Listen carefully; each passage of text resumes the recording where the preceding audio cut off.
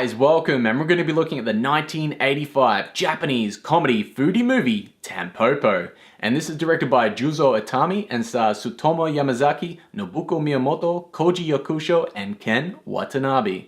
And I think this is one of the best food movies out there because it covers all spectrums of food in a very quirky Japanese style by looking at the importance and experience of food and the way it looks, to the way it tastes, and the way it makes you feel, either alive or sexually. And it's a difficult movie to describe, so I'm going to look at this movie by focusing on the core story following the character Tampopo and disregard the mini-stories which are interspersed throughout it. But I'll get to those mini-stories in a second. And if you were to look at the film that way, instead of being, roughly around 2 hours long, it would only be just over an hour or so long. But it is the inclusion of those mini-stories which really add a lot of flavor to the movie and make it that more appetizing. You see what I did there? So guys, without further ado, let's check it out. Tampopo begins with two truck drivers cruising down the highway. The wise Goro, played by Tsutomu Yamazaki, and his younger sidekick, Gun, played by Ken Watanabe, who was in the middle of reading a culinary novel aloud about how a man should go about eating ramen noodles. In that eating ramen noodles should be an experience of all the senses, not just another meal. 最初はまずラーメンをよく見ます。はい。丼の全容をラーメンの湯気を吸い込みながらしみじみ鑑賞してください。スープの表面にキラキラと浮かぶ無数の油の玉。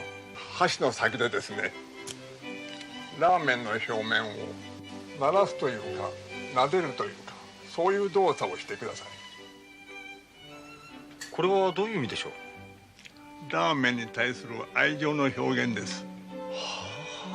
This makes Goro and Gun very hungry, and they stop at a rundown ramen noodle shop run by Tampopo, played by Nobuko Miyamoto, the widowed shop owner whose noodles, broth, and ramen skills in general are lackluster.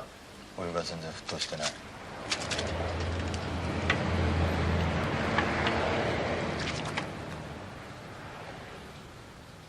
Goro takes a shining to Tampopo and offers to help her revitalize her struggling business. Over the course of the movie, Goro, with the help of other colorful characters we meet along the way, show Tampopo the key to making the perfect ramen and selling it.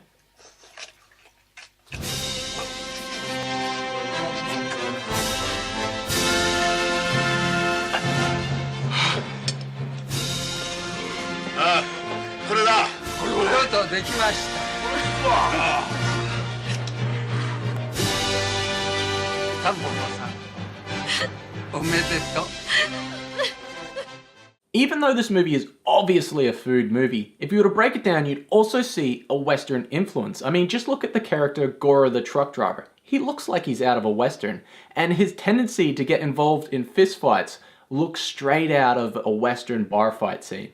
But it's his actions which are very similar to a famous Western hero, Shane, wherein Goro, he walks into Tampopo's ramen noodle store, helps her turn around her business, and then walks off into the distance at the end knowing his work there is done, is very similar to what Shane does in the movie Shane. And if you don't believe me, just look at the advertising which says, the first Japanese noodle Western. I mean, what more can I say?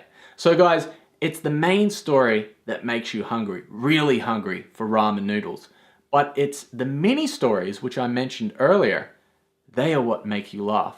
Particularly my favorite with a man who runs home to his dying wife, and when he's arrived, she's ready to pass on to the next life. But he orders her to cook him one last meal for the family, and she obliges, and she musters up the energy to cook the meal, and soon after dies.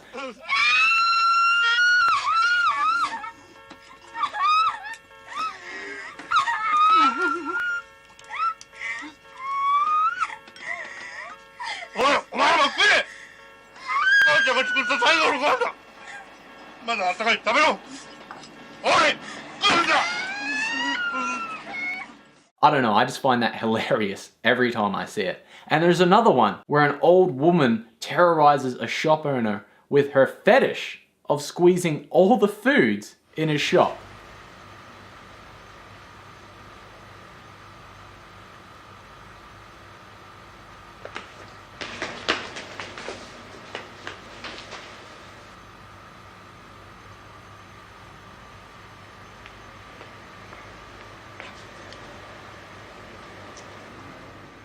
You know, a film like this should really come with a warning. I mean, if you've got no food in the house and you can't get to a shop because they're miles away, do not watch this film. But other than that, watch this film. It's a really good movie, especially if you like movies about food. So guys, it gets a thumbs up from me, and I won't be surprised if you're not inkling for ramen noodles afterwards. And guys, let me know what you think about this movie in the comments below. And as always, guys, thanks for tuning in. I'm Paddy McManus, and press that subscribe button below to support me.